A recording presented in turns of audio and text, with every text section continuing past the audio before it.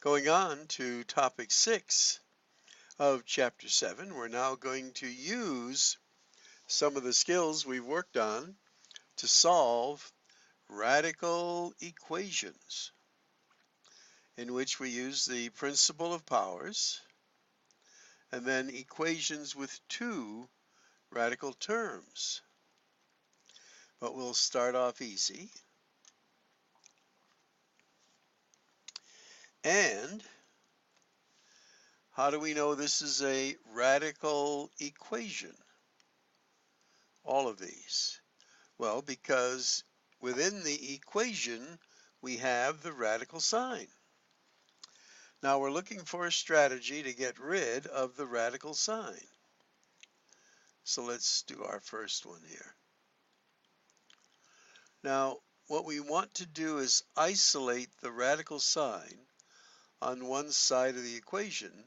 So we're going to take our negative 4 and transpose it, so that gives us a positive 9. Now, to get rid of the radical sign, here is the general rule. Now we know there's a 2 as an index number. If we raise to the power of the index number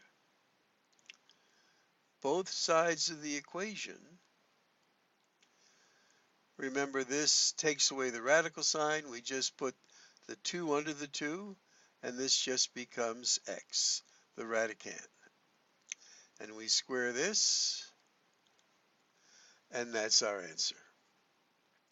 And if we take the square root of 81, which is 9, 9 minus 4 is 5. And we have a method to solve it. All right, in letter B, we have the square root of x. And when I move the positive 10 to the other side, this positive 10 to the other side, it gives me a negative 2. Now, this is a little bit of a trick question. When you have the square root of something, can it equal a negative number? And we said, no, that's not a real number. So there's no solution there. Okay, let's go on to our next one. And here we start to use some of our techniques. X equals the square root of x plus 8 minus 2. Well, here we want to isolate the radical sign. So I'm going to take this negative 2, transpose it, so I get x plus 2 equals the square root of x plus 8. Now that same principle that we spoke of, the principle of powers, and I'll change colors here, we're going to square both sides. That is, we're going to raise this side to whatever index number is there, and this results in this becoming just x plus 8, the radicand. And now we have to square this, and we can use that special means of squaring the first term, multiplying these two together, doubling it, and then squaring this term. Now we're going to integrate the right side over here because this is a quadratic equation. So we have x squared. We subtract an x there, subtract an x there, gives us a plus 3x. Subtract 8, subtract 8 gives us a negative 4, and that equals 0. Now we factor it.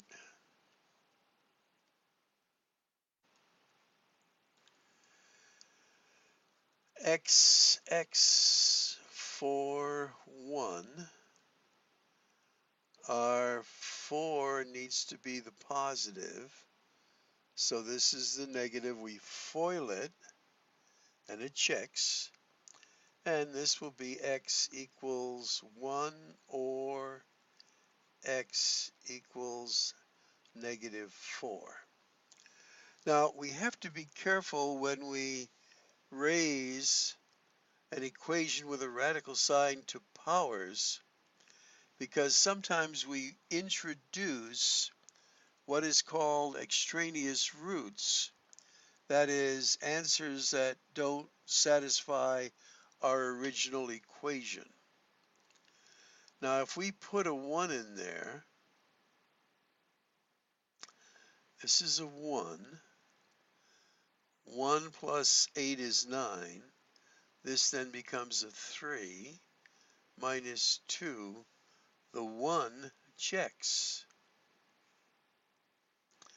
If we put a negative 4 in there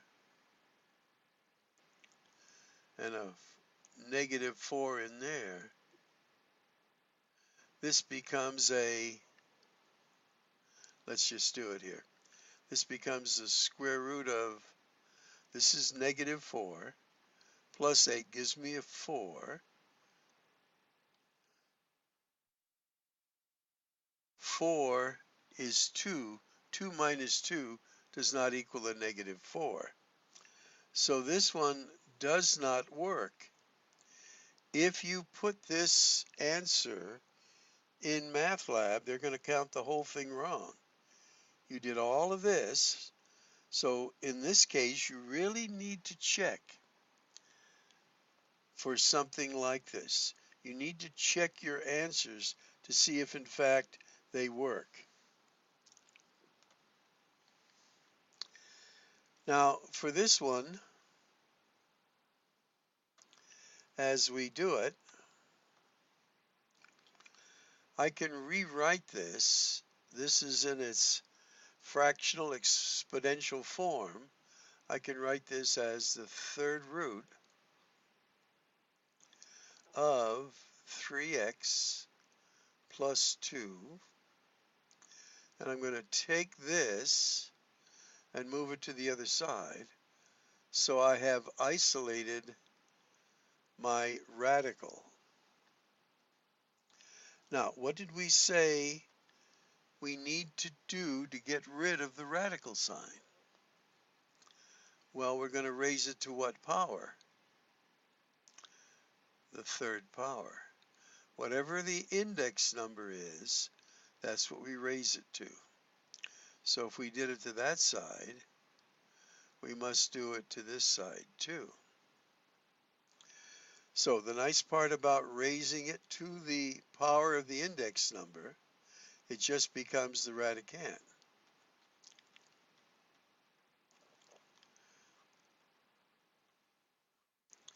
And it's okay because it's third power to have a negative. Okay, so we then get 3x equals a negative 66, transposing my 2, dividing both sides by 3, we get x equals a negative 22. And that works in there. Okay?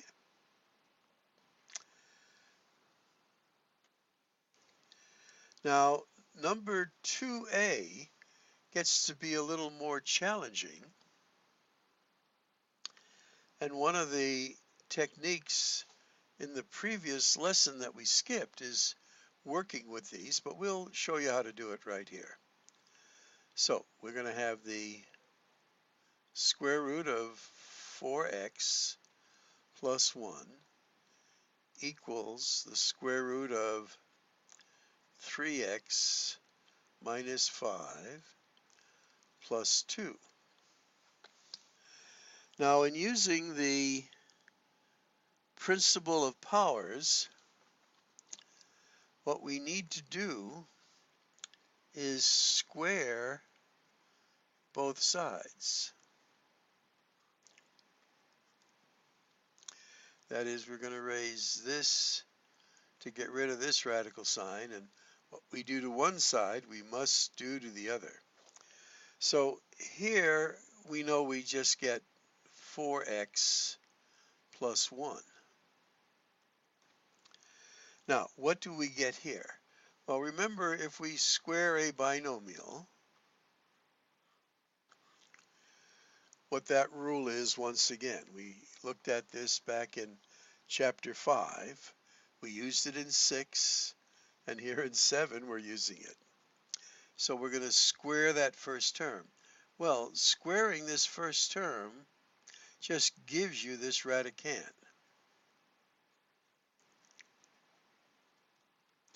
Now, we then multiplied these two together and doubled it. So we're going to take 2 times this and then double it, so it becomes 4 the square root of 3x minus 5. And then we squared this last term.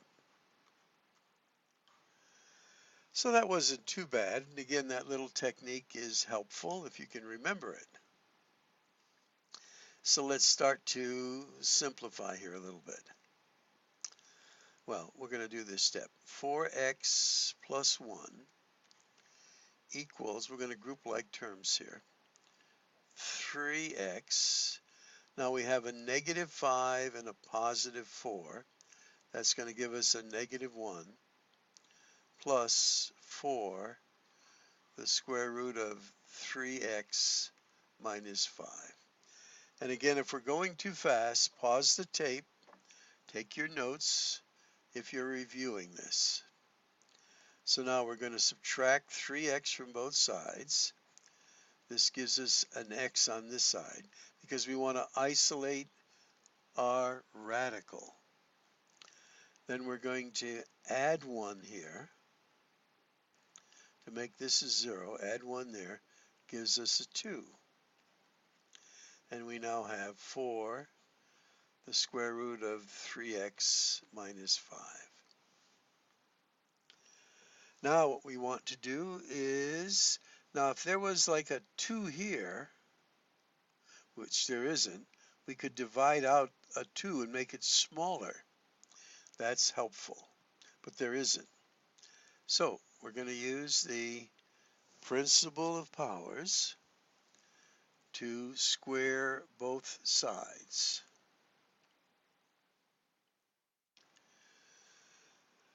Now this becomes x squared using the same technique up here. This becomes plus 4x plus 4. Now we have to square the 4, which gives us a 16. And then this square just gives us this.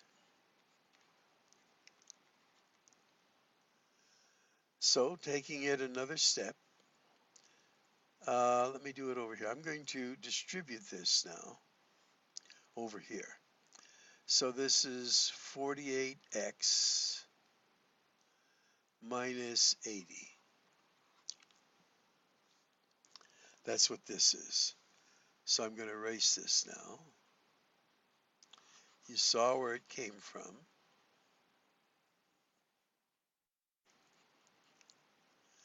Now I'm going to integrate this over to this side because I have a quadratic equation.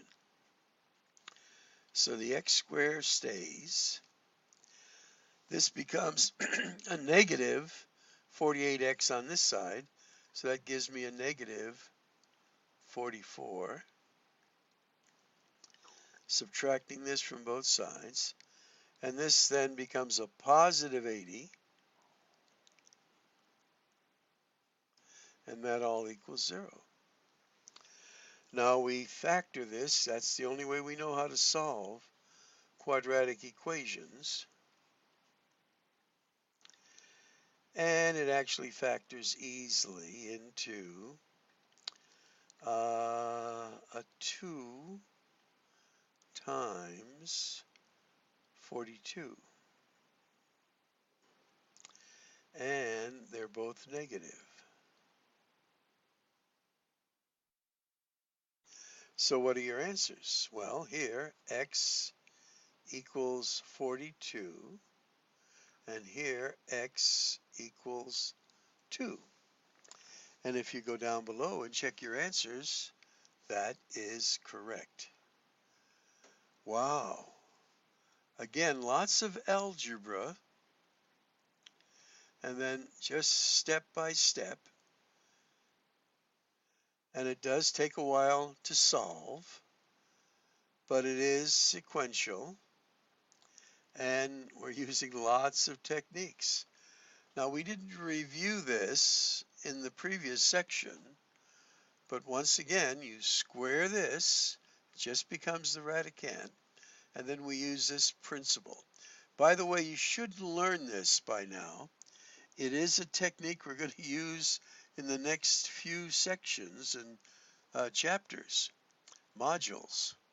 So this is an important thing, and you need to become aware of it.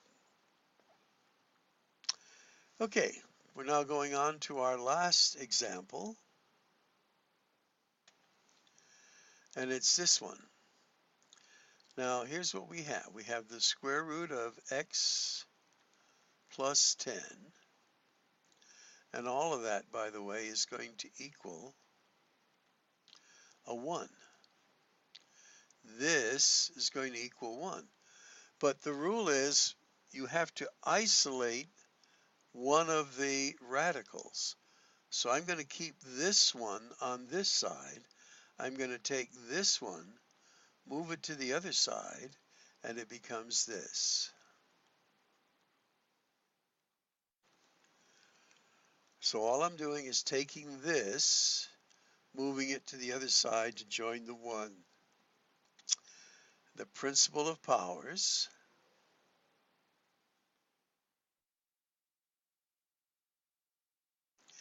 This just becomes the radicand. And this, I have to use that special technique. A plus B, the quantity squared. I'm going to square the first term, A, which is a 1. I'm going to multiply these two together and double it. So it's 1 times this, which then becomes 2 times this. And then this just, when I square this, it becomes the radicand.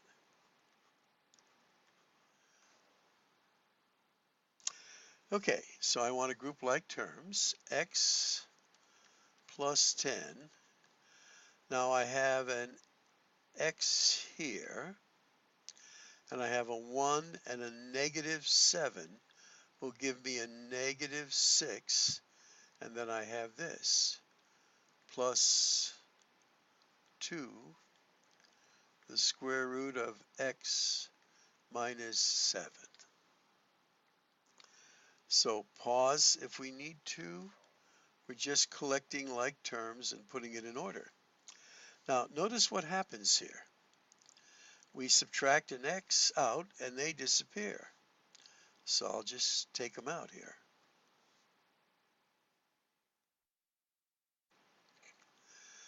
Now I'm going to bring my negative 6 to the other side. It becomes a 16 now.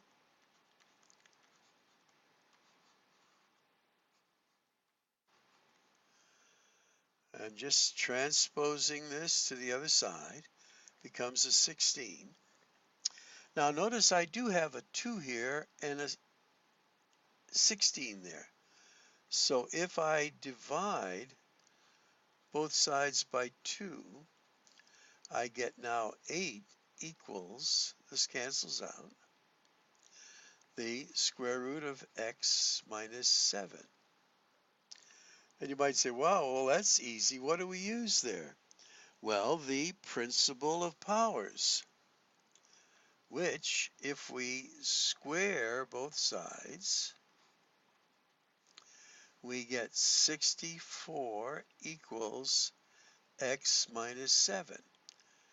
Remember, whenever we raise